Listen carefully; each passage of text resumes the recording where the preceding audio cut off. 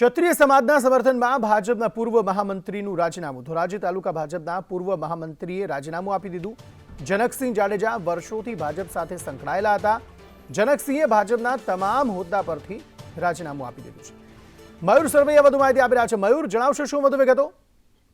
બિલકુલ, પરસોત્તમ રૂપાલાનું જે નિવેદન કરવામાં આવ્યું છે ત્યારબાદ ક્ષત્રિય સમાજમાં રોષ છે તે યથાવત જોવા મળી રહ્યો છે અને ભાજપ સાથે જોડાયેલા ક્ષત્રિય સમાજના જે મહામંત્રીઓ છે, અલગ અલગ જે પદ ઉપર છે તે રાજીનામાઓનો દોર હવે શરૂ થયો છે. ત્યારે રાજકોટના ધોરાજી તાલુકા ભાજપના પૂર્વ મહામંત્રી જે છે જનકસિંહ જાડેજા, તેમણે પણ રાજીનામું જે છે તે ધરી દીધું છે. જનકસિંહ જાડેજા વર્ષોથી ભાજપ સાથે સંકળાયેલા છે અને ક્ષત્રિય સમાજના સમર્થનમાં હવે ક્ષત્રિય આગેવાનો જે છે તે રાજીનામા આપી રહ્યા છે. જી આભાર સમગ્ર માહિતી આપવા માટે.